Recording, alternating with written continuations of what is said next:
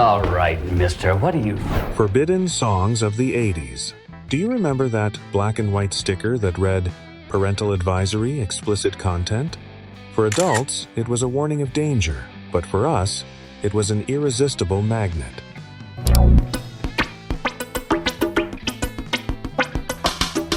The 80s weren't just neon colors and cheerful synthesizers, they were a cultural battleground. While we wanted freedom, volume, and experimentation, a sector of society saw rock and pop as genuine threats to morality and good customs. Committees were formed in Congress, records were burned in town squares, and videos were banned from television. But you know what they say, forbidden fruit always tastes the sweetest. Today, we're going to open Pandora's box to revisit 15 songs that made the censors tremble from alleged satanic messages to lyrics that were just too honest for the radio. Close the blinds, turn up the volume, and get ready to be a rebel all over again. Number 15. Physical, Olivia Newton-John.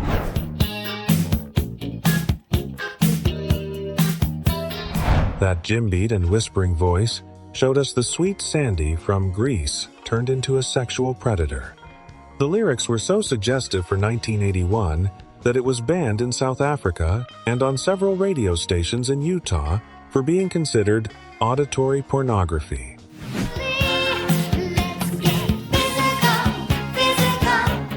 To try and soften the message, they filmed that famous comic video in the gym, trying to divert attention from the lyric that explicitly said, "There's nothing left to talk about unless it's horizontally." Despite the censorship, or thanks to it, it became the biggest hit of the decade in the United States, staying at number 1 for 10 weeks.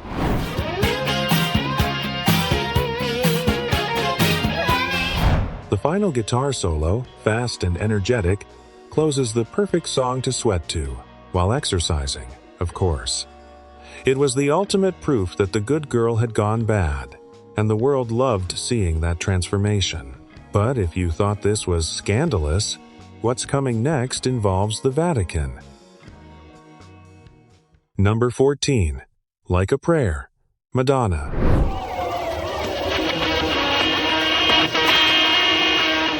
That distorted guitar at the beginning announces an epic drama. The song is a gospel pop masterpiece, but the video was a media nuclear bomb. Madonna kissing a black saint, burning crosses in the field, and bleeding stigmata on her hands. The Vatican condemned the video and banned Madonna from entering Italy. Angels sighing, I have no choice. Pepsi, who had paid $5 million to use the song in a global advertisement, had to pull the campaign due to a massive boycott by religious groups. Madonna, far from being scared, enjoyed the free worldwide publicity. It was the exact moment she understood that scandal was her best marketing tool.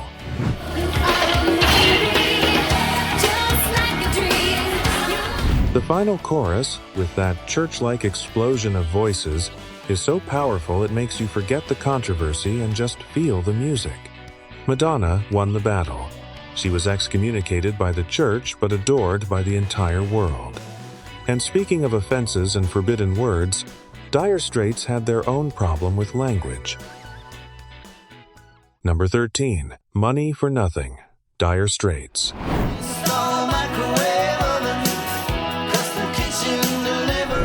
That guitar riff is one of the most famous of the decade, and Sting's voice saying "I want my MTV" is pure history. However, the lyrics contain a homophobic slur repeated several times. Mark Knopfler explained that he was quoting verbatim what he heard an appliance delivery guy say in a store, mocking effeminate musicians. MTV, that ain't working, that's the way. Despite the explanation of the ironic and realistic context, the word was unacceptable to many. Over time, the original version was censored and banned in Canada and on many European radio stations, forcing the band to edit it or re-record that verse for live shows. It was a case where the realism of the lyrics clashed with social sensitivity. Oh, The song ends with a long, powerful instrumental jam. It is ironic that a song mocking MTV became the biggest hit in MTV history. But now, let's enter much darker and more hostile territory with Guns N' Roses. Number 12. One in a Million. Guns N' Roses.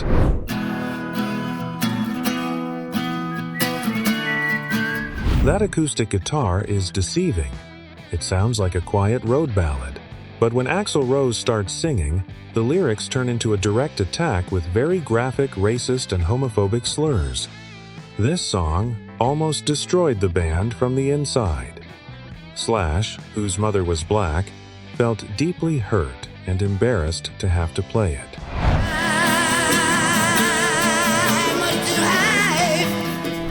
It was banned from countless radio stations and caused Guns N' Roses to be excluded from major charity concerts.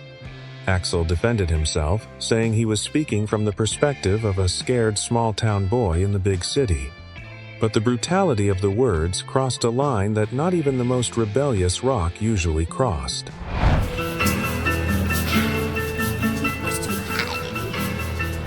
The song's outro is musically intense, but leaves a bitter taste in your mouth. It is the example of free speech taken to the extreme, where the artist decides to offend on purpose, paying the price of being condemned by public opinion. And speaking of delicate subjects, sex was the great taboo of 1987. Number 11. I Want Your Sex. George Michael.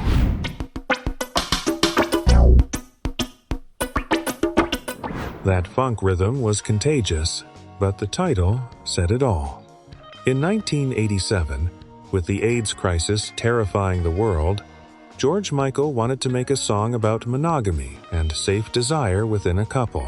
However, the word sex in the title caused the BBC and many American radio stations to ban it during daytime hours.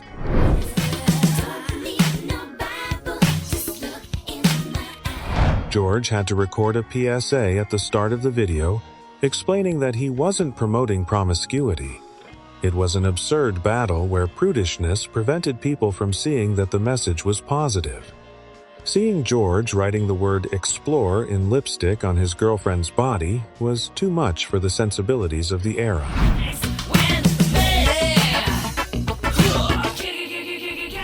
The end of the song, which is divided into 3 parts, becomes softer and jazzier, demonstrating the musical quality behind the scandal. It was a #1 hit, driven, precisely, by the attempt to silence it. But the next spot wasn't a misunderstanding. It was the absolute terror of the church. Number 10. Into the Coven, Merciful Fate.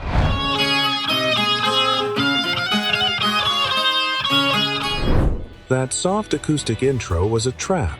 Soon, a dark guitar kicked in along with King Diamond's theatrical voice. This song topped the Filthy 15 list for allegedly promoting the occult.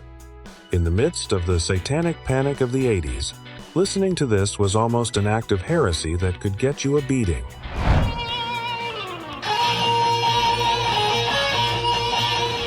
Parents truly believed that if their kids listened to this vinyl, they would be recruited by cults. The lyrics explicitly speak of rituals and witches, which made it Exhibit A in televised moral trials. King Diamond, with his crossbone microphone, enjoyed being the perfect movie villain.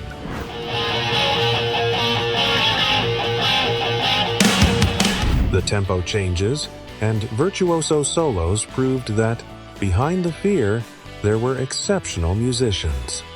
It was banned in many Christian households, which guaranteed that every metalhead teenager had a copy hidden under their mattress. But sometimes, censorship was born right inside a politician's home. Number 9. Darling Nikki, Prince.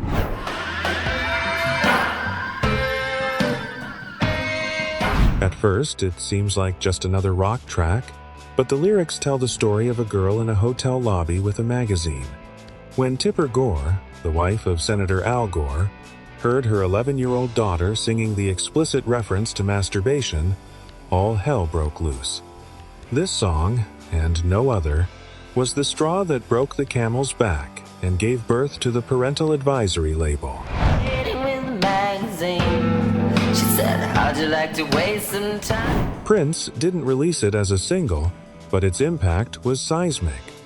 Record stores started being pressured not to sell the Purple Rain album to minors. The irony is that Prince became even more mysterious and desirable. His blend of spirituality and explicit sexuality was too much for the morality of the time.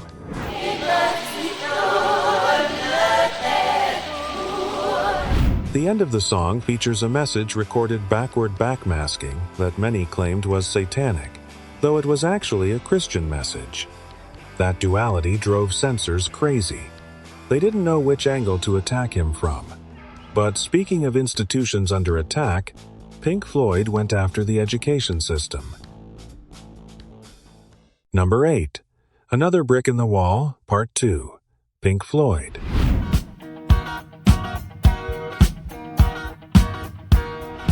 That disco guitar rhythm mixed with progressive rock was irresistible, but the message was pure dynamite.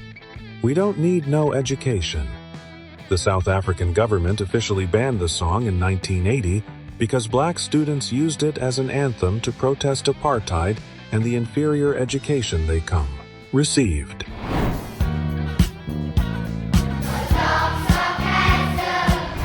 Even in the UK and the US, many school principals tried to veto it, horrified by the chorus of children singing against their teachers.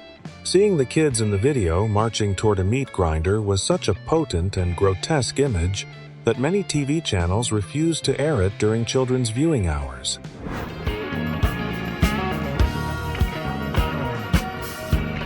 The final guitar solo is melancholic yet liberating.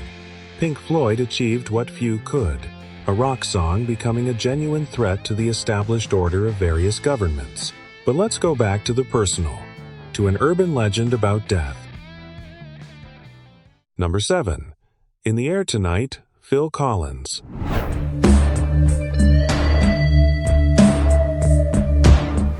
That electronic drum sound and dense atmosphere created an unbearable tension. Although not officially banned by the government, many radio stations avoided it because of the macabre urban legend surrounding it. It was said that Phil had watched someone drown and invited the culprit to the concert to sing this right to his face.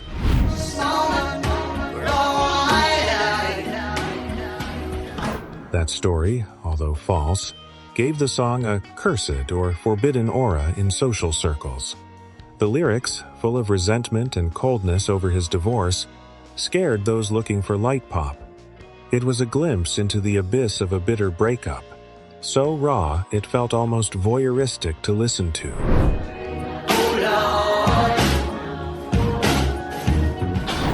The most famous drum fill in history breaks the tension like a gunshot.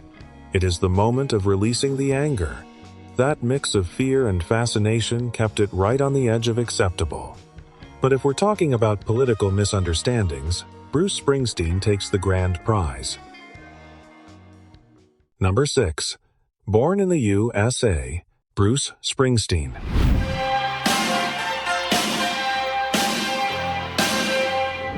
That explosive drumming and triumphant synthesizer fooled an entire country. Ronald Reagan wanted to use it as the anthem for his re-election campaign, thinking it was a patriotic ode.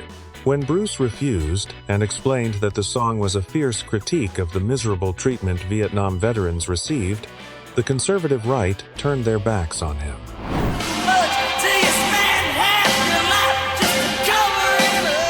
Many radio directors, finally understanding the lyrics about prisons, refineries, and hopelessness, stopped playing it at patriotic events. It went from being America's anthem to a protest song pointing out the system's shame, which is a subtle form of censorship, the censorship of awkward silence.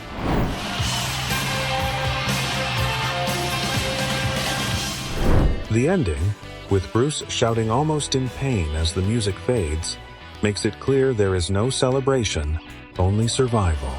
It is the perfect example of how a song can be massive and totally misunderstood at the same time. But now, let's go back to heavy metal and the most absurd accusations. Number 5. Eat Me Alive, Judas Priest.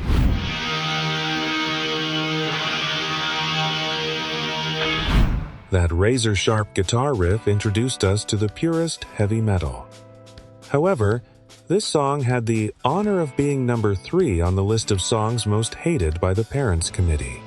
They accused it of promoting oral sex at gunpoint, a literal interpretation that horrified Washington.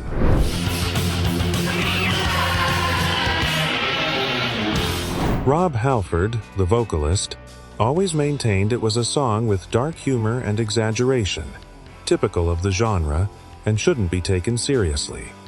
But in the moral panic climate of the 80s, no one was in the mood for jokes. Retail chains went as far as hiding Judas Priest records behind the counter for fear of protests.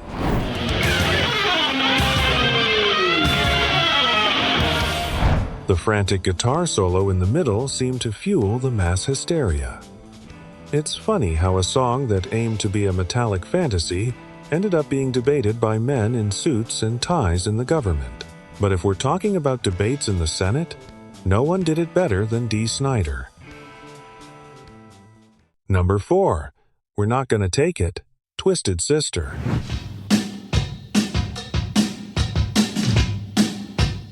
This anthem starts with a drum roll that is literally a call to war. Dee Snider, with his exaggerated makeup and torn clothes, became the face of youth decay. This song was accused of fostering violence by children against their parents, based primarily on the comic video where a father is blown out of a window. I want to rock. The controversy went all the way to the United States Senate. Dee Snider had to testify before politicians, and to everyone's surprise, he delivered an eloquent and brilliant speech, making those who accused him of being a barbarian look foolish. He argued that the song was about personal tenacity and freedom.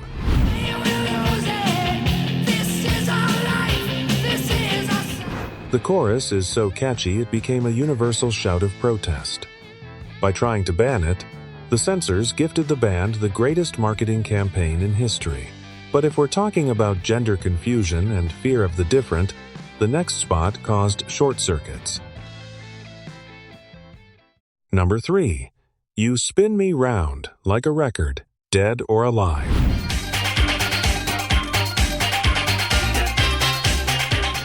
That high-energy rhythm forced you to dance, whether you wanted to or not.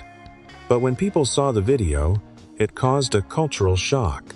Pete Burns appeared with an eye patch, an explosive hairstyle, and an attitude that erased the line between masculine and feminine.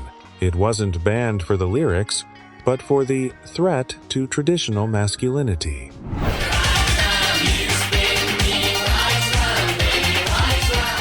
Many conservative radio stations refused to play it or interview the band because they simply didn't know how to categorize them. Pete Burns was a pioneer who received the hate of a society not yet ready for aggressive androgyny. However, in the nightclubs, where freedom reigned supreme, this song was the absolute queen.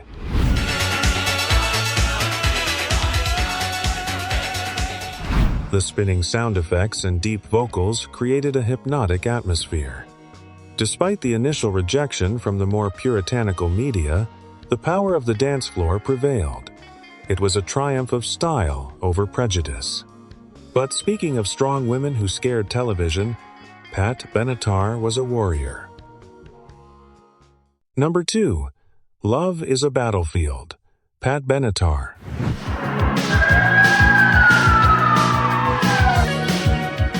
That programmed beat and Pat Benatar's powerhouse voice spoke to us of female empowerment.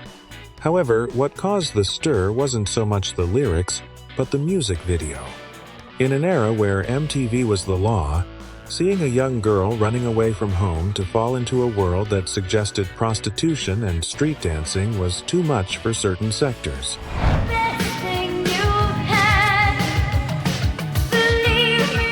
The scene where she stands up to the pimp or bar boss and throws a glass of water at him before launching into a warlike choreography was seen as an incitement to teenage rebellion. MTV initially hesitated to air it during the daytime because of the runaway theme, a very sensitive social issue back then.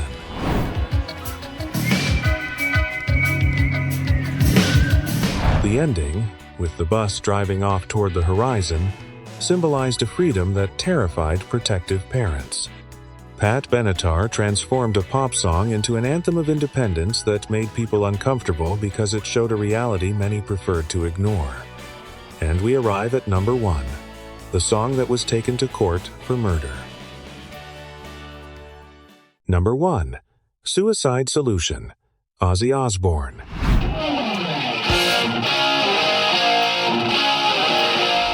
That ominous, heavy opening, with the bass marking the pace of a funeral march, was enough to make parents nervous. Ozzy Osbourne already had a bad reputation, but this song dragged him into civil court.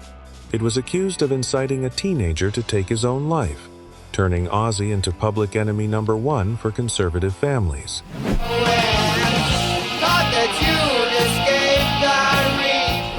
The tragic irony is that the song spoke of the exact opposite.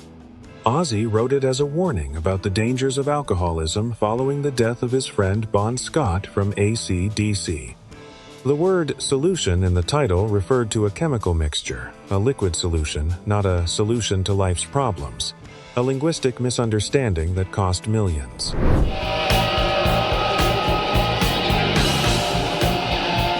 The ending, with that manic laugh and distorted sound effects, fed the urban legend. Although he was acquitted, the song remained forever marked with a deadly danger label, which of course made us all want to listen to it even more to see what it was hiding. Thanks for joining me on this tour of the forbidden.